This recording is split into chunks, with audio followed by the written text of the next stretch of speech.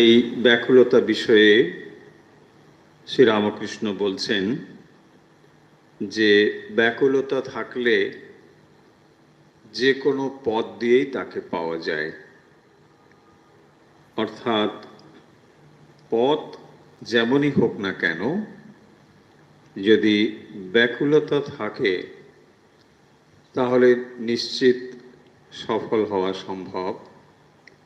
আর যদি ব্যাকুলতা না থাকে তাহলে পথ যেমনই হোক না কেন সফলতা কিন্তু সুদূর পরাহত। ফলে এই প্রসঙ্গগুলোই এখানে আলোচনা হচ্ছে ব্যাকুলতা বিষয়ে। তিনি বলছেন, যাত্রার গোড়ায় অনেক খচমচ খচমচ করে, তখন শ্রীকৃষ্ণকে দেখা যায় না। তারপর নারদ ঋষি যখন ব্যাকুল হয়ে বৃন্দাবনে এসে বীণা বাজাতে বাজাতে ডাকে আর বলে, প্রাণ হে গোবিন্দ মম জীবন, তখন কৃষ্ণ আর থাকতে পারেন না। রাখালদের সঙ্গে সামনে আসেন আর বলেন, ধবলি রও, ধবলি রও। যাত্রার গোড়ায় অনেক খচমচ করে, যাত্রা শুরু হচ্ছে এবং যাত্রা নিশ্চয়ই শ্রীকৃষ্ণ বিষয়ে, কিন্তু যাত্রা শুরু হওয়ার আগে, মানে এখনো শুরু যখন হয়নি তার আগে নানা রকম কথাবার্তাও হচ্ছে, প্রস্তুতি চলছে। ফলে সেই জিনিসটিকে শ্রীরামকৃষ্ণ বলছেন খচমচ। এবং যখন এই গোড়ার দিকে এই জিনিসটি হচ্ছে তখন শ্রীকৃষ্ণকে দেখা যায় না। এখন প্রস্তুতি পর্ব চলছে, শ্রীকৃষ্ণকে কখন দেখা যাবে না, যাত্রা যখন একটু শুরু হবে, একেবারে প্রথমেই তো আর হবে না। সেই জন্য বলছেন গোড়ায় অনেক রকম খচমচ থাকে। আবার শুধু তাই নয়, তারপর নারদ ঋষি যখন ব্যাকুল হয়ে বৃন্দাবনে আসেন, তাহলে ভগবান কখন আসবেন তার আগে নারদ ঋষি আসছেন।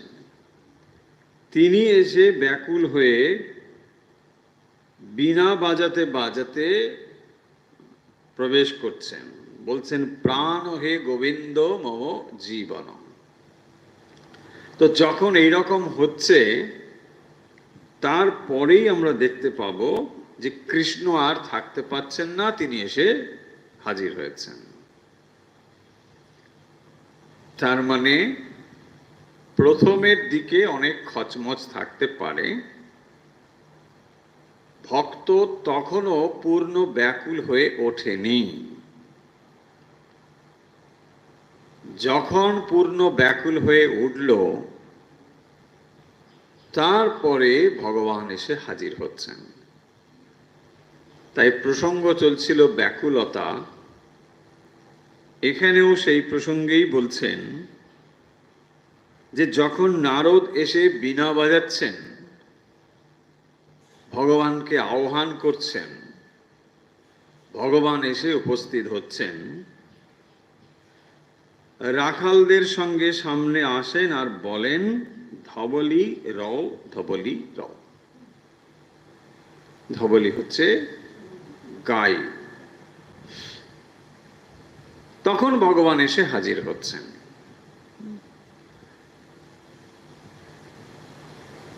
ব্যাকুলতা প্রসঙ্গে তিনি নানা জায়গায় বিভিন্ন কথা বলেছেন, এখানে এই উপমা দিয়ে বলছেন। তাহলে যাত্রার শুরুতে নানা রকম কথা টথা হয়, কিন্তু যখন নারদ ব্যাকুল হয়ে উঠছেন ভগবানকে দর্শনের জন্য, সে আহ্বান করছে আন্তরিকভাবে, তখন কিন্তু ভগবান আসছেন। তাই যে কথাটি এখানে বলতে চাইছেন, যে ভক্তের হৃদয় যখন ব্যাকুল হয়ে উঠবে, কেবল তখনই ভগবান হাজির হবেন বা দর্শন দেবেন। তার আগে প্রস্তুতি পর্বটা হলো খচমচ, শব্দ হচ্ছে, নানা কিছু হচ্ছে, এটা হচ্ছে, ওটা হচ্ছে। অন্য এক্সাম্পল দিয়ে তিনি আরো বুঝিয়েছেন যে যখন ভোজবাড়ির খাওয়া হচ্ছে, সবাই এসে বসছে, নানা রকম কথাবার্তা হচ্ছে, যেই খাবার দাবার দেওয়া শুরু হয়ে গেল, অমনি আস্তে আস্তে শব্দ কমতে শুরু করলো। তার আগে নানা রকম কথাবার্তা হচ্ছে।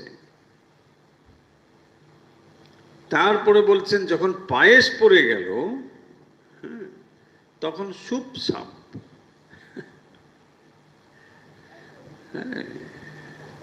কারণ খাওয়ার এক এক রকম বিষয়ের এক এক রকম ব্যাপার আছে। চর্ব, চস্য, লেহ, পেয়, এসব নানা রকম আছে। সেই অনুযায়ী শব্দ তৈরি হবে, তাই না? যখন একটা বিরাট ধরুন শক্ত জিনিস, তার সঙ্গে যুদ্ধ করতে হবে, তো তখন আপনাকে নানা রকম ভাবে শব্দ টব্দ করে এটা করতে হবে, তাই না? এই জন্য কত রকম কথা জানা যায় না। একজন বলছেন হাড় ভাঙা পরিশ্রম। তা আমি বললাম, বাবা তাহলে তো হাড় ভাঙা পরিশ্রম একটা বাংলা শব্দ আছে বটে।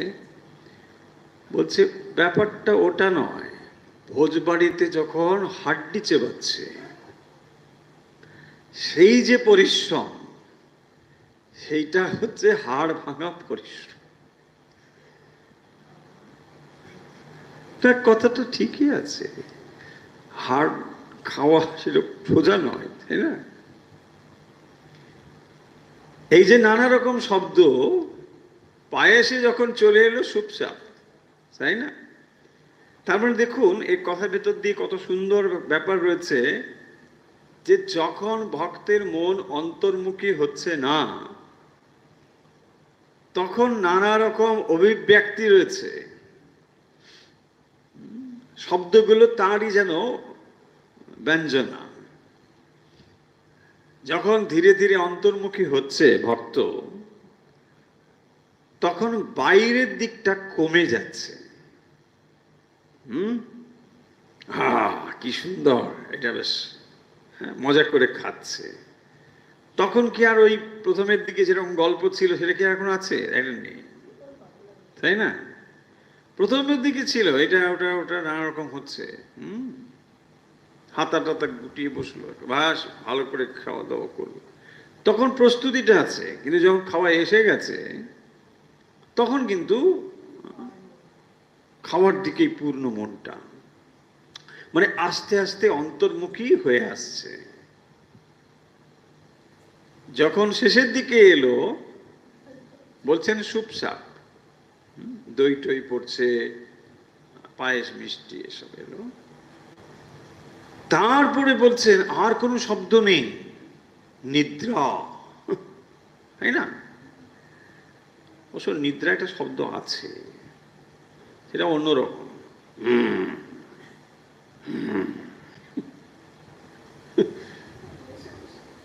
তো ফলে ব্যাকুলতা জিনিসটি দেখুন, যত মন গভীরের দিকে যাবে, তত বাইরের ব্যঞ্জনা, অভিব্যক্তি, প্রকাশ এগুলো কমে আসবে। সোজা কথা, বিষয়ের দিকে মন কমে আসবে। বিষয়ের দিকে মন কমলো মানে অন্তর্মুখী হলো।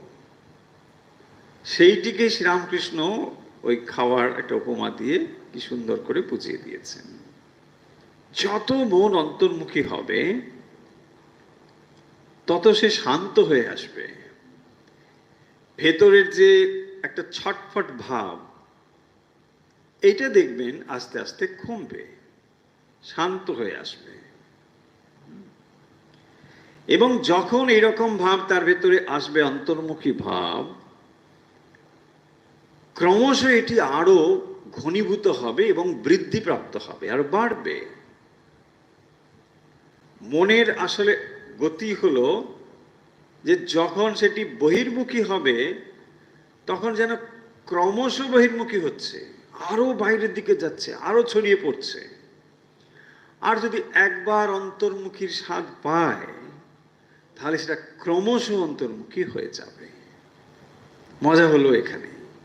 তাই একবার যদি তাকে অন্তর্মুখী স্বাদ দিতে পারেন, যে দেখো শান্ত হয়ে থাকাটাই তো আসল, ছটফট করে কি হবে, আর মন যদি এই কথাটা একবার বুঝে নিতে পারে তখন দেখবেন ক্রমশ মন অন্তর্মুখী হবে। যাত্রার গোড়ায় খচমচ থাকে, কিন্তু যখন নারদ এসে ভগবানের জন্য ব্যাকুল হচ্ছেন, প্রাণ হে গোবিন্দ মম জীবন দেখা দাও, তখন ওখানে শ্রীকৃষ্ণ ভাবছেন যে এখন আমাকে যেতে হবে। তখন তিনি দর্শন দিচ্ছেন, উপমা দিয়ে এখানে ব্যাকুলতা বোঝাচ্ছেন।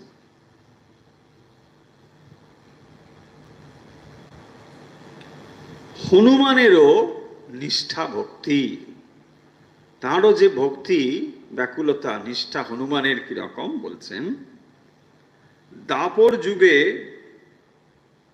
দ্বারকায় যখন আসেন, কৃষ্ণ রুক্মিণীকে বললেন, হনুমান রাম রূপ না দেখলে সন্তুষ্ট হবে না। ভগবান রামচন্দ্র যখন এসেছিলেন তখন তিনি হনুমান রূপে অবতীর্ণ হয়েছিলেন, ভক্ত ভগবানের। তাই তিনি রাম রূপ ধরে বসলেন। আসলে কৃষ্ণ তো দাপরে কৃষ্ণ। তিনি রুক্মিণীকে বোঝাচ্ছেন যে এই হনুমান একটি রূপ পছন্দ করে, সেটি হলো রাম রূপ, অন্য কোনো রূপ তার পছন্দের নয়। এই যে নিষ্ঠা তার প্রতি, সেটাই বলছেন।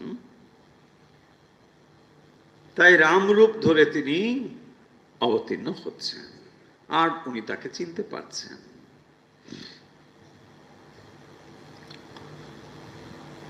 এই প্রসঙ্গে আরো বলছেন যে যোগ কিসে হয়। আমরা ব্যাকুলতা বিষয়ে যেখানে যেখানে আলোচনা রয়েছে কথামৃতে, সেগুলোকে এক জায়গায় নিয়ে এসে আলোচনা করছি। শ্রীরামকৃষ্ণ বলছেন যোগ কিসে হয়। টেলিগ্রামের তারে অন্য জিনিস বা ফুটো না থাকলে হয়। এক্সাম্পল দেখুন, শ্রীরামকৃষ্ণ টেলিগ্রাম সম্বন্ধেও অবহিত ছিলেন। এখন টেলিগ্রামের কোনো ব্যাপার নেই, আগেকার সময় টেলিগ্রাম ছিল। মানে এটাই দূর যোগাযোগের একমাত্র মাধ্যম ছিল, দ্রুত যোগাযোগের। না হলে চিঠিপত্র অনেক সময় লাগবে, টেলিগ্রামের তার থাকতো লম্বা লম্বা। মানে এরকম যখন আমরা গ্রামের দিকে ইলেকট্রিক তার দেখতে পাই, ওপর দিয়ে ওভারের তার যায়, এইরকম করে মানে টেলিগ্রামের তার থাকতো। সেখানে এক জায়গা থেকে কথা বললে অন্য জায়গায় কথা পৌঁছতো। কোনো একটা খবর সেখানে দেওয়া হবে, যেখানে এর অফিস রয়েছে, সেইখানে গিয়ে একটা কথা বললে ওটা ওইখানে যাবে, ও ওটা লিখে নির্দিষ্ট লোকের কাছে খবরটা দিয়ে দেবে, এই রকম এত পুরনো একটা ব্যবস্থা তখন ছিল। কিন্তু এটা কমিউনিকেট হতো কিসের? তারের ভেতর দিয়ে। একজন মানুষ গিয়ে একজনকে খবরটা দিতে চায়, সে ওই অফিসে গিয়ে বলবে যে আমি এই লোককে এই কথাটা বলতে চাই, ওরাই সেটা কমিউনিকেট করবে, আপনি পারবেন না। সেটা কমিউনিকেট করে ওখানে যে আছে এই খবরটা লিখে ওখানে সে জানিয়ে দেবে যে হ্যাঁ এই খবর এই এই এই। ছোট্ট করে লিখতে হবে, বেশি লিখলে দাম বেশি, খরচ বেশি পড়বে। যত অল্প শব্দে লেখা যায়,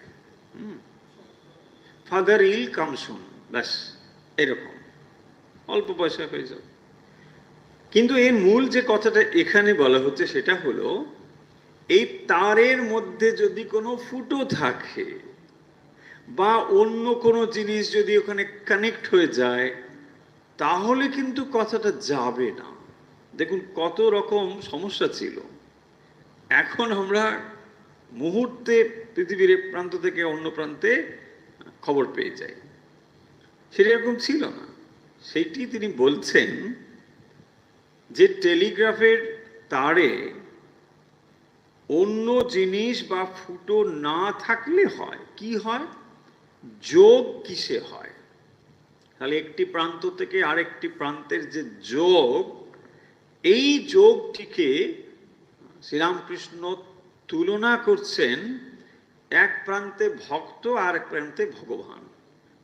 হ্যাঁ, ভক্ত ভগবানকে টেলিগ্রাফ করছে। তো সেই টেলিগ্রাফে হ্যালো হ্যালো শ্রীরামকৃষ্ণ, হরেন হরেন দেখ কি বলে, এরা আমার টেলিগ্রাফ নম্বর পেল কি করে? না ঠাকুর, ওরা সব জোগাড় করেছে। হ্যাঁ, বলছেন এইভাবে যোগ হবে যদি কোনো অন্য জিনিস বা ফুটো, এই দুটো কথাই হচ্ছে গুরুত্বপূর্ণ। তাহলে কমিউনিকেটটা হতে পারবে, যোগাযোগটা হয়ে যাবে, কিন্তু যদি ছিদ্র থাকে তাহলে হবে না। তাহলে হবে না, তাহলে হয়ে যাবে। যদি ছিদ্র না থাকে হয়ে যাবে। ছিদ্রটা তাহলে কিসের? এখানে বলছেন বিষয়াসক্তি। ছিদ্রটা হচ্ছে বিষয়াসক্তি।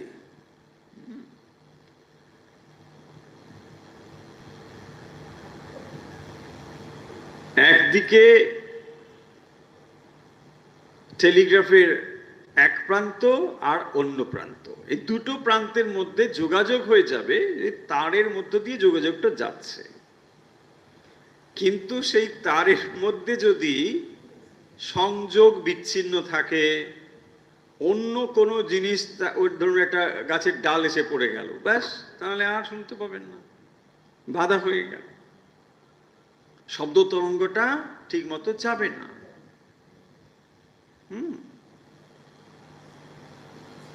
টরে টক্কা টরে টক্কা, টক্কা টক্কা টরে টরে, টরে টক্কা টরে টক্কা, এই হচ্ছে ওদের ভাষা। মানে এইভাবেই ওরা কমিউনিকেট করে। যন্ত্র এভাবেই শব্দটাকে বুঝতে পারত, তখন এভাবেই ছিল। বিষয়াসক্তি থাকলে তাহলে এই কমিউনিকেশনটা করা যাবে না। তাহলে ছিদ্র হচ্ছে এটাই। তাহলে আমরা চেষ্টা যে করছি, আগে ছিদ্রটাকে বন্ধ করতে হবে।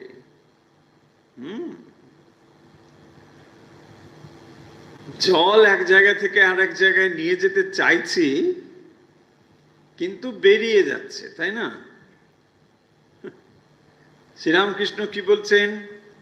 বলছে চাষি যখন জমিতে জল নিয়ে যায়, ওখানে ছিদ্র, তাকে বলে ঘোগ, বলছে ওটা বন্ধ করে দেয়। হ্যাঁ, যদি আলগুলোর মাঝখানে ফুটো থাকে তাহলে জল বেরিয়ে যাবে। কিন্তু ও সারা রাত হয়তো জল মানে খেতে নিয়ে আসবার চেষ্টা করেছে, পরিশ্রম প্রচুর করেছে, কিন্তু ভোরবেলা দেখলো একটুও জল নেই।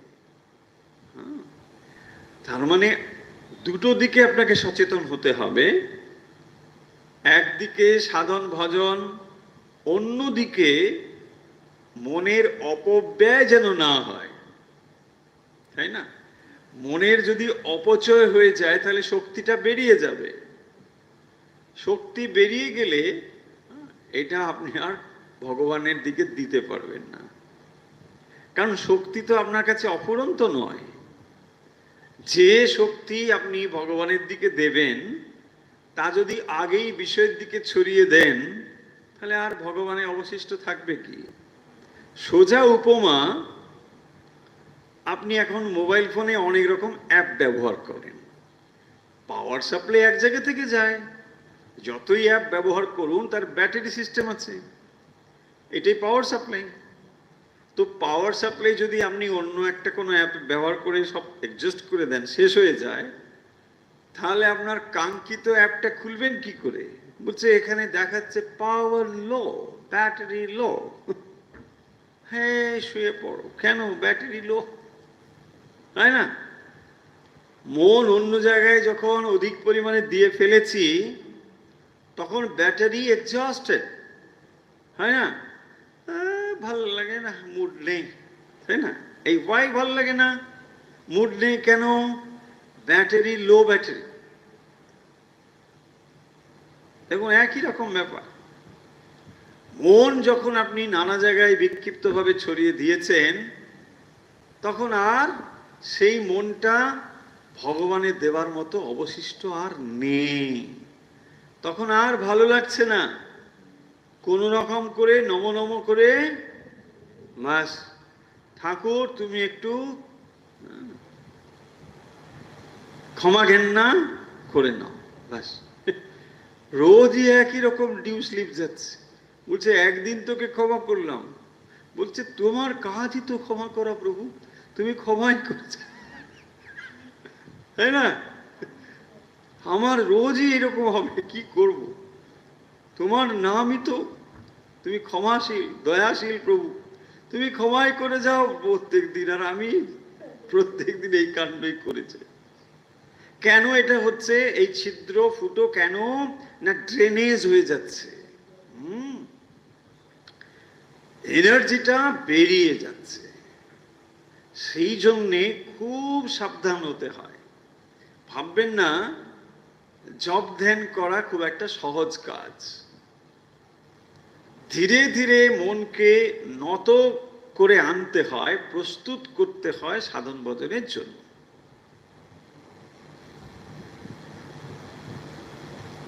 2 ঘন্টা কায়িক পরিশ্রম করা সহজ 2 ঘন্টা জপ ধ্যানের তুলনায়।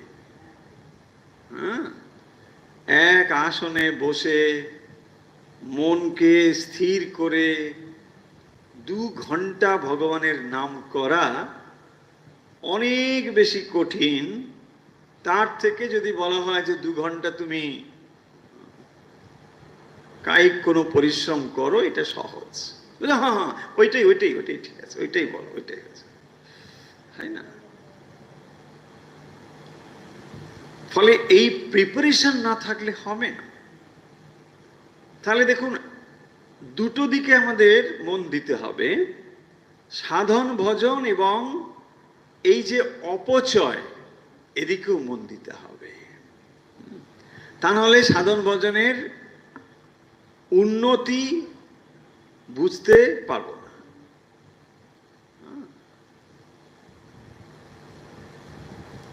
ছিদ্রযুক্ত কলসিতে যদি জল ভরতে যাই তাহলে কি হবে? এরকমই হবে। জল ভরছি কিন্তু সব জল পথেই শেষ, তাই না? সেই জন্য এখানে এই কথা বলছেন, কোনো কামনা বাসনা রাখতে নেই। কামনা বাসনা থাকলে সকাম ভক্তি বলে, নিষ্কাম ভক্তিকে বলে অহেতুকী ভক্তি। তুমি ভালোবাসো আর নাই বাসো, তবু তোমাকে ভালোবাসি, এর নাম অহেতুকী। তুমি ভালোবাসো আর নাই বাসো, তার মানে যাকে ভালোবাসছি তার মনোভাব আমি বুঝতে পারছি না, তিনি আদৌ ভালোবাসেন কিনা এটা আমার অজ্ঞাত। দেখুন, তিনি যদি ভালোবাসেন আর আমিও যদি বাসি, এটা বাহাদুরি কিছু নেই, এটা স্বাভাবিক। একজন আপনাকে ভালোবাসলে আপনি তাকে প্রতি ভালোবাসা দেখাবেন, এটা খুব স্বাভাবিক। মানুষ তো দূরের কথা, পশু পাখিও তাই হয়। আমি একটা পশু পাখিকেও যদি আদর যত্ন করেন, সে নিশ্চয়ই দেখবেন আপনার প্রতি একটা শ্রদ্ধা ভালোবাসা যাই তৈরি হবে। কিন্তু উল্টো এখানে আপনি ভালোবাসেন, ওখান থেকে কোনো রেসপন্স পাচ্ছেন না, সেটিকেই বলছেন অহেতুকী ভালোবাসা। হেতু মানে কারণ, অহেতুকী মানে কোনো কারণ নেই, কোনো রেসপন্স নেই। রেসপন্স আসবে, কিন্তু সেই অবস্থা পর্যন্ত ধৈর্য ধরে এগোতে হবে। তার মানে ভালোবাসাটা এত দৃঢ় হবে যে তুমি কোনো রেসপন্স করো বা না করো, তুমি আমাকে মেরে ফেলো অথবা সিংহাসনে বসাও, যা খুশি করো, তোমার প্রতি আমার ভালোবাসার কোনো পরিবর্তন হবে না। এটা কি সোজা জিনিস? মোটেই সোজা নয়, অত্যন্ত কঠিন। কিন্তু এর ভেতর দিয়েই ভক্তকে অগ্রসর হতে হবে। সত্যি সত্যি যদি সে ভালোবাসা পেতে চায় ভগবানের, এভাবেই তাকে যেতে হবে। সেই জন্যে ভগবানের সঙ্গে একটি সম্পর্ক তৈরি করতে হবে। সেটি হতে পারে প্রভু, হতে পারে পিতা, হতে পারে মাতা, হতে পারে এই রকম কোনো ফর্মাল রিলেশনও নয়। হ্যাঁ, দেখবেন যখন আমরা বলি না আট পৌরে কাপড়, আট পৌরে মানে সবসময় ব্যবহার হয়, তাই না? ভগবানের সঙ্গে যদি রিলেশনটা আপনি একটা আট পৌরে রাখেন, তাহলে সেটা গভীর হবে। কিরকম? দেখুন, ফর্মাল রিলেশনের মধ্যে কি আছে, সেখানে একটা লৌকিকতা আছে, তাই না? ধরুন একটা গেস্ট কেউ আপনার বাড়িতে এলো, অতটা পরিচিত নয়, বা এরকম হতে পারে ধরুন নতুন জামাই এসেছে, তখন বাড়িতে কি করবে? খুব আদর যত্ন, আসো আসো, জামাই ষষ্ঠী আসছে বোধহয় সামনে, এই সময় গরমের দিনে বলি জামাই ষষ্ঠী টষ্ঠী এসে যায়। তো যাই হোক, যারা জামাই টামাই করে তারা আবার মনে কষ্ট যেন না পান, আমি উপমা হিসেবে বলছি। তো জামাই এলো, খুব আদর যত্ন, খুব খাতির, এসব হচ্ছে টচ্ছে। কিন্তু জামাই যখন পুরনো হয়ে গেল, তখন কি বলবে? হ্যাঁ যাও বাবা, ওইখান থেকে একটু দোকান থেকে এটা কিনে নিয়ে আসো, তাই না? জামাই চলে গেল, ওখান থেকে কিছু একটা কিনে নিয়ে এলো। কেন? দেখুন কোন জায়গাটায় পয়েন্টটা হচ্ছে, আট পৌরে মানে যখন ও খানিকটা পুরনো হয়ে গেল, তখন দেখুন আর ফর্মালিটিস নেই। হ্যাঁ এখানে বসে থাকো, নতুন জামাই কেন যাবে, কি এসব ব্যাপার থাকে? বলছে না না, ও চলছে, এমনি হয়তো দেখে একটা কিছু সামান্য পরে টোরে মানে চলে গেল, পুরনো হয়ে গেছে কি না? তাহলে ভগবানের সঙ্গে যে রিলেশন, সেটিও যেন আট পৌরে হয়। মানে একটা পোশাক যেটা যেটা খুব একটা অকেশনালি পরবো তা নয়, আমি প্রতিদিন পড়ছি। ভগবানের সঙ্গে রিলেশনটা হবে এইরকম, আট পৌরে, কোনো ফর্মালিটিস নেই। দরকার হলে বকে দিন, স্রেফ বকে দিন, তুমি এটা কি করলে, হ্যাঁ এটা তো তোমার ঠিক না, বকে দিন। কারণ ভগবান আপনার বকা সহ্য করতে পারে, অন্য কেউ পারবে না, অন্য কেউ পারবে না। যা আপনার মনের ভাব, আপনি ঘরের ঠাকুর ঘরে দরজা বন্ধ করে ভগবানকে যত খুশি বলে দিন। এই হলো আট পৌরের রিলেশন। তাই ভগবানের সঙ্গে একটা সম্পর্ক তৈরি করতে হবে নিবিড় ভাবে, যা আপনি সব তাকে বলতে পারেন, সব শেয়ার করতে পারেন, এইভাবেই চলবে। প্রতি মুহূর্ত তার সঙ্গে আপনি কানেক্ট থাকবেন। বাড়ি থেকে যখন বেরোচ্ছেন তাকে বলে যাবেন, যখন ফিরছেন আবার ফিরবেন। তিনি সর্বদাই দেখবেন এইভাবে যদি আপনি অভ্যাস করেন, তখনই দেখবেন সর্বদাই তার সান্নিধ্য আপনি লাভ করতে পারবেন, সর্বদাই। আমাদের অনেকবার অনেক প্রসঙ্গে ব্রাদার লরেন্সের গল্প বলেছি আপনাদের। একজন ধর্মযাজক ছিলেন, কিন্তু তিনি আসলে এটা মনেস্ট্রিতে রান্না বান্না এইসব কাজ করতেন প্রথমের দিকে, কিন্তু ওই কাজের দ্বারাই তিনি ঈশ্বর সান্নিধ্য লাভ করেছিলেন, ব্রাদার লরেন্স। আপনি সার্চ করলে পেয়ে যাবেন, ইউটিউব সব, গুগল টুগুলে সব জায়গায় রয়েছে।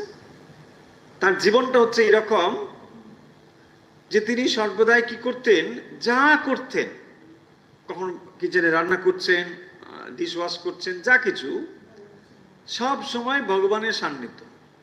এবং এটা প্রথমের দিকে ইমাজিনেশনই ছিল, কল্পনাই ছিল। ধীরে ধীরে তিনি এটাই উপলব্ধি করলেন যে সত্যি ভগবান তার সঙ্গে রয়েছে।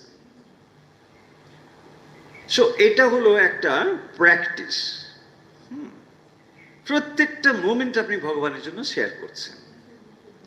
আপনি কি করেন, যখন মার্কেটিং এ যাচ্ছেন বা কোথাও যাচ্ছেন, বাড়িতে যে আছে তার জন্য একটা কিছু কিনে নিয়ে যাচ্ছেন, সেটা চকলেটই হোক বা যা কিছু হোক, একই রকম কাজ ভগবানের জন্য করুন। তাহলে কি হবে, প্রতি মুহূর্তেই আপনি তা স্মরণ করতে পারবেন। আপনাকে বেশি দাম দিয়ে খুব দামি গিফট কিনতে হবে তা নয়, একটা লজেন্সই কিনে নিয়ে এসে, তোমার কথা কিন্তু আমার মনে ছিল, আমি একটা লজেন্স কিনে এনেছি, খাও, এটাই খাও, তাই না, এটাই খাও। আমি না দেখলে তোমাকে কে দেখবে? দেখুন, ভক্ত ভগবানকে তার অধীন করে ফেলে। তাকে যদি তিনি পিতাও ভাবেন, মাতাও ভাবেন, তিনি তো সেবক। ভক্ত যেন তার সেবক, তিনি মাতা অথবা পিতা যাই হোক না কেন, বা প্রভু যাই হোক না কেন, আমি না দেখলে তাকে কে দেখবে? আপনাকে দেখতে হবে। সেই জন্য ভক্ত ভগবানকে তার অধীন করে ফেলে, ভালোবাসার দ্বারাই অধীন করে ফেলে। হ্যাঁ, যিনি দেখুন এই বিশ্ব ব্রহ্মাণ্ডের অধিপতি, কিন্তু তাকে সে ওই ঠাকুর ঘরে রেখে তার নিজের এখতিয়ারভুক্ত করে ফেলেছে।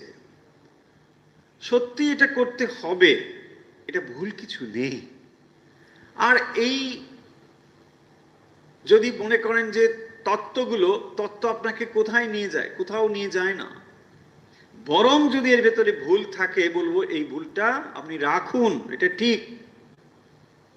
দেখুন, সেই পরমেশ্বর যখন বলা হয় তিনি সর্বব্যাপী পরমেশ্বর, চৈতন্য স্বরূপ, গালগোলা শব্দ কিচ্ছু আপনার মনে দাগ কাটে না।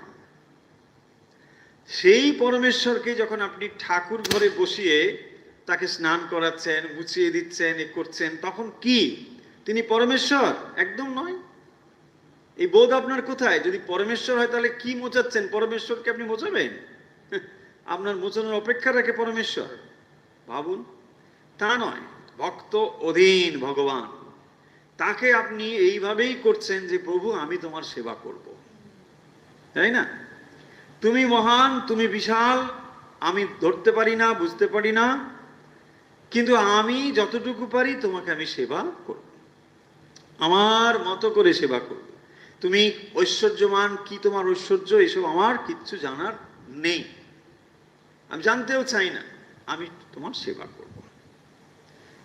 তো এই ভাব তার ভেতরে থাকতে হবে, তবেই সম্পর্ক বা ভালোবাসাটি গভীর হবে। কথাটা এই, তাকে ভালোবাসা, খুব ভালোবাসা হলে দর্শন হয়। দেখবেন এই কথা বারে বারে শ্রীরামকৃষ্ণ বিভিন্ন জায়গায় কথামিত্রে বলছেন। কথাটা এই, তাকে ভালোবাসা। এখন দেখুন, এক একজনের মনের গঠন অনুযায়ী ভালোবাসা এক এক রকম ভাবে হতে পারে, কিন্তু সেই জন্য বলছেন কথাটা এই, মানে মূল বিষয়টা হলো এই, তুমি যেমন করে বুঝতে পারো, তুমি তোমার মতো করে কতগুলো জিনিস যদি ভেবে নাও, কোনো ক্ষতি নেই। তোমার যাতে সহজে মন ওদিকে যায় তুমি সেভাবেই ভাবো, কিন্তু ভালোবাসা নিয়ে আসতে হবে। খুব ভালোবাসা হলে দর্শন হয়। দেখুন, শ্রীরামকৃষ্ণ তো মিথ্যে কথা বলবেন না, আর তার জীবনের উপলব্ধি থেকেই তো কথা বলছেন। খুব ভালোবাসা হলে দর্শন হয়। সতীর পতির উপর টান, মায়ের সন্তানের উপর টান, বিষয়ের উপর টান। আগে এগুলো ব্যাখ্যা করা হয়েছে। 3 টান একত্র হয় তবে ঈশ্বর দর্শন হয়। তাহলে ভালোবাসা একটা ঘনীভূত রূপ হওয়া চাই। যে ভালোবাসাগুলো জাগতিকভাবে আমরা বুঝি সেগুলোকেই মায়ের টান, বিষয়, সতীর পতির উপর, এইগুলো দিয়ে বোঝানো হয়েছে। তার মানে ভালোবাসার একটা পরিপক্ক, পরিপূর্ণ একটা অবস্থা চাই, সেইটি না হলে হবে না। তাই বলছেন এইভাবে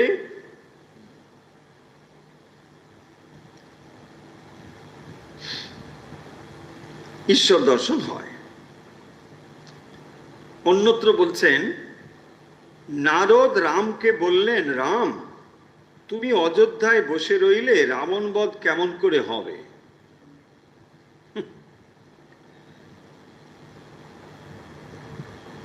নারদ রামকে বলছেন, তুমি অযোধ্যায় বসে রইলে রাবণ বধ কেমন করে হবে?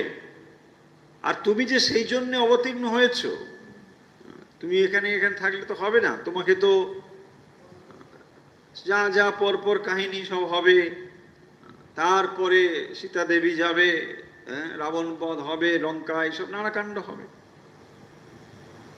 রাম বলছেন, নারদ, সময় হোক, রাবণের কর্ম ক্ষয় হোক, তবে তার বধের উদ্যোগ করব। সময় হবে, সেই জন্যে রামচন্দ্র অপেক্ষা করছেন। যখন ঠিক অবস্থা হবে তখন আস্তে আস্তে তিনিও কিন্তু যাত্রা করবেন।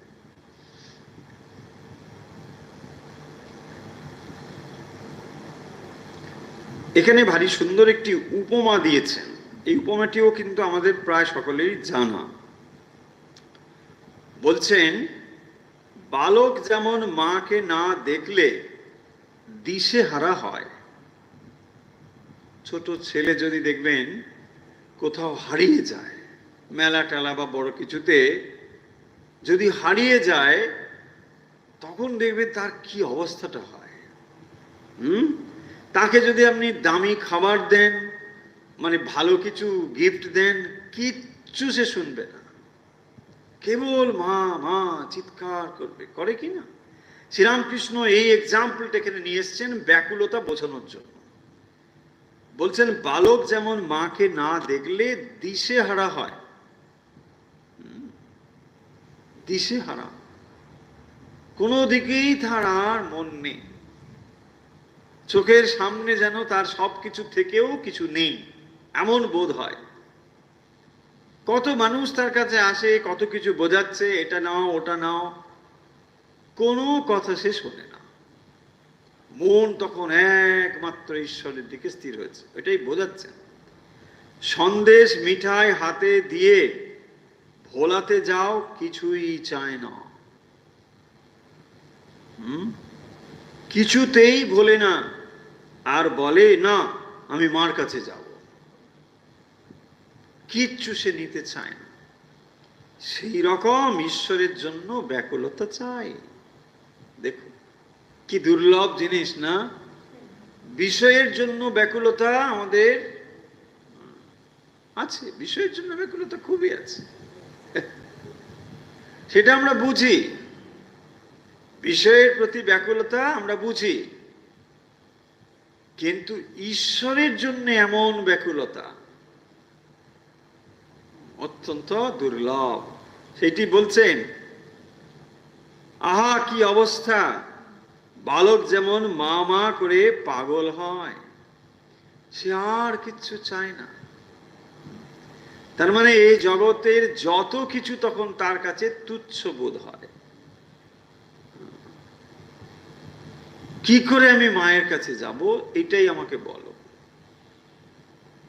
মায়ের কাছে নিয়ে না যাওয়া পর্যন্ত তার শান্তি নেই, চিৎকার করতে থাকে, অশান্ত অবস্থা। এইটা বোঝাচ্ছেন ব্যাকুলতা বিষয়ে। যখন ঈশ্বরের জন্য আমাদের মন এমন হবে, আর কোনো কিছু চাই না, তীব্র ব্যাকুলতা একেই বলে, তীব্র বৈরাগ্য একেই বলে, কিচ্ছু আর চায় না। ভগবানের জন্য যে ব্যাকুলতা অত্যন্ত দুর্লভ। যার সংসারে এসব সুখভোগ আলুনি লাগে, যার আর কিছু ভালো লাগে না, টাকা, মান, দেহ সুখ, ইন্দ্রিয় সুখ কিছুই ভালো লাগে না, সেই আন্তরিক মা মা করে কাতর হয়। কোনো কিছু তখন আর তার ভালো লাগছে না, একমাত্র ঈশ্বরের জন্য তার মন পূর্ণভাবে ব্যাকুল হয়। তারই জন্যে মার আবার সব কাজ ফেলে দৌড়ে আসতে হয়। যখন সে একমাত্র মায়ের জন্য চিৎকার করতে থাকে, মাও তখন তাকে দর্শন দেওয়ার জন্যে ব্যাকুল হয়, ছুটে আসে। ভগবান ভাগাভাগি পছন্দ করেন না। মানে আমি 50% ভক্ত, 50% বিষয়ী, এইটা পছন্দ করেন না। যা হবে 100% হও, তাহলেই হবে, তাই না? যখন বলো আমি 100% বিষয়ী, বলছে কোনো কথা নেই, তাই করো।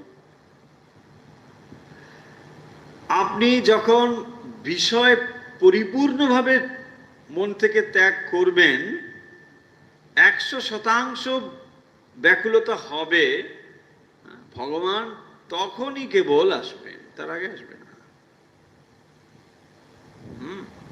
এখন প্রশ্ন হতে পারে যে তাহলে 100% পারফেকশন হওয়া, একটা ধরুন আমি নির্দিষ্ট পয়েন্ট ভাবলাম যে এই সময়ে গিয়ে 100% পিওর হয়ে গেল, তাহলে আগে অবধি কি হবে?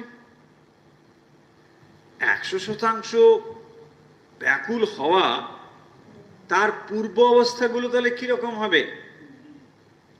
তাতে কি আমাদের কোনো বোধ হবে না? আমরা কি কিছুই বুঝতে পারবো না? বোঝা যাবে। বলছেন শ্রীরামকৃষ্ণের উপমা, যত সমুদ্রের দিকে এগোবে সমুদ্রের শব্দ শুনতে পাবে, আবার বাতাসের একটা ঠান্ডা ভাবও পাবে। আপনি সমুদ্রের দিকে এগোচ্ছেন, তাহলে সমুদ্রের বাষ্প জল সেগুলো বাতাসের সঙ্গে মিশে ঠান্ডা করে আপনার দেহকে স্পর্শ করছে, একটা শীতলতা অনুভব করবে।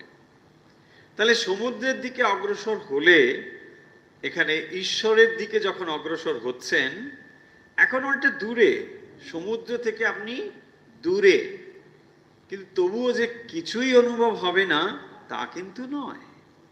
তাহলে কি অনুভব হবে? শীতলতা অনুভব হবে, বাতাস ঠান্ডা মনে হচ্ছে, মনে হচ্ছে আর বেশি দূরে নেই। সমুদ্রের হিল্লোল কল্লোল এগুলো শোনা যাচ্ছে, একটা ঢেউ শব্দ শুনছেন, এই একটা সমুদ্র বোধহয় আসছে। কখনো হয়তো কোনো এক মুহূর্তে আপনি একটা সামান্যতর একটা কিছু অনুভব করলেন, সেটি আপনাকে আরো বেশি ঈশ্বরমুখী করবে। আপনি তখন ভাববেন আমার যাত্রা ঠিক আছে। আরো উপমা দিয়ে বলা যায় যে ধরুন একজন অনেক দিনের ক্ষুধার্ত, অনেক দিন ধরে সে খায়নি, তার সামনে যখন খাবার রাখা হচ্ছে, তখন সে কি করছে? খাবার দেখেই তার মনে আনন্দের অনুভব হচ্ছে, এতদিন পরে আমি খেতে পাচ্ছি, খাবারগুলো দেখলেই তার ভিতরে আনন্দ অনুভব হচ্ছে। তখন সে খায়নি, কেবল খাবারগুলো দেখতে পাচ্ছে। যখন সে খাচ্ছে, একটু খাবার মুখে নিয়েছে, যেমন তার ভালো লাগছে, সঙ্গে সঙ্গে দেখবেন দৈহিক শক্তিও ফিরে পাচ্ছে। এত দুর্বল ছিল, খাবার মুখে নেওয়ার ফলে ফলে ফলে তার আনন্দ হচ্ছে, দৈহিক শক্তিও ফিরে পাচ্ছে। তার মানে যেটা বলতে চাই যে 100% পূর্ণ হলে ভগবানের আপনি পূর্ণ ভক্ত হয়ে উঠবেন, তার দর্শন পাবেন, এটা যেমন ঠিক, তার পূর্বে যে কিছুই বোঝা যাবে না তাও কিন্তু নয়। একটা হিন্টস, একটা কোনো রকম সংকেত অবশ্যই পাওয়া যাবে। আপনি যে অগ্রসর হচ্ছেন, ভগবান এটা বুঝিয়ে দেবেন যে তুমি ঠিক পথে অগ্রসর হচ্ছ, তোমার কোনো ভুল নেই। এভাবেই কিন্তু অগ্রসর হতে হয়। তাই আজকের আমরা এই পর্বটি শেষ করব। ব্যাকুলতা নিয়ে বেশ কয়েকটি পর্ব আমরা আলোচনা করেছি। শ্রী শ্রী রামকৃষ্ণ কথামৃতে ব্যাকুলতা, অর্থাৎ ব্যাকুলতা প্রসঙ্গ কথামৃতে যেখানে যেখানে রয়েছে তার থেকে কিছু কিছু অংশ নিয়ে এসে আমরা একটু আলাদা রকম ভাবে আলোচনা করবার চেষ্টা করছি। যেখানে আজকের আলোচনা আমরা সমাপ যদি করি 2-4টি লাইনে, প্রথমে আমরা শ্রীরামকৃষ্ণের একটি উপমা, যাত্রার উপমা তিনি দিয়েছিলেন, যে গোড়ার দিকে খচমচ অনেক রকম হয়, কিন্তু তখন ভগবানকে বা শ্রীকৃষ্ণকে দেখা যায় না। শ্রীকৃষ্ণ আসবেন কখন না, নারদ মুনি এসে তিনি আহ্বান করবেন, তারপরেই তো তিনি আবির্ভূত হবেন। তার মানে প্রথমের দিকে খচমচ থাকলেও ভক্ত যদি ব্যাকুল হয়, ভগবানের দর্শন লাভ করতে পারবে। তারপরে তিনি উপমা দিয়ে বুঝিয়েছেন টেলিগ্রাফের তারের কথা, যে টেলিগ্রাফের তারের মধ্যে যদি কোথাও ছিদ্র থাকে বা অন্য কোনো জিনিস সেখানে যুক্ত হয়ে থাকে, তাহলে ভগবানের সঙ্গে যোগ হবে না। এখানে ফুটো হওয়া অন্য বিষয় মানে কি, বিষয়ের প্রতি আসক্তি। সেইটি কি করে না, ভক্তকে ভগবানের সঙ্গে যেন যুক্ত হতে দেয় না। তারপরে আমরা যে বিষয়গুলো আজকের আলোচনার মধ্যে নিয়ে এসেছি, সেই অবশেষে শ্রীরামকৃষ্ণ যে উপমাটি ব্যবহার করেছেন তা হলো, বালক যেমন মাকে হারিয়ে দিশেহারা হয়ে যায়, অত্যন্ত ব্যাকুল, তার চোখ দুটো দেখুন জলে ভরে আসে, তার কাছে যত দামি দামি জিনিসপত্র উপহার স্বরূপ আনলেও সে কোনো কিছুতে কিন্তু মনোনিবেশ করতে পারে না। একমাত্র ঈশ্বরের মানে মায়ের জন্য সে ব্যাকুল হয়। যেমন ভক্ত ঠিক সেরকম করে যখন ভগবানের জন্য ব্যাকুল হয়, তখনই ভগবান তাকে দর্শন না দিয়ে থাকতে পারেন না। তাহলে ব্যাকুলতা এভাবেই তিনি বোঝাচ্ছেন, যেমন সতীর প্রতি, সন্তানের প্রতি মায়ের, বিষয়ের। আবার এখানে বলছেন শিশু যেমন দিশেহারা হয়, বালক যেমন দিশেহারা হয় মাকে না দেখতে পেয়ে। এই সমস্ত বিষয় দিয়ে শ্রীরামকৃষ্ণ ব্যাকুলতাকে তুলে ধরেছেন। আর বারবার যে কথাটি বলছেন যে ব্যাকুলতা না হলে যে পথ দিয়েই তুমি যাও না কেন, তার ফল তুমি লাভ করতে পারবে না। ব্যাকুলতাই হলো ঈশ্বর লাভের মূল সোপান। ব্যাকুলতা চাই। শ্রীরামকৃষ্ণ বলছেন ধিমে তেতালায় হবে না, ত্রিতাল, ধিমে মানে ধীর লয়। আস্তে আস্তে করে বাজাচ্ছে, দি না দি, দি না দি, না দি, দি না। হবে না, দি না দি, দিন না দি না দি, দিন না দি না দি, দিন না।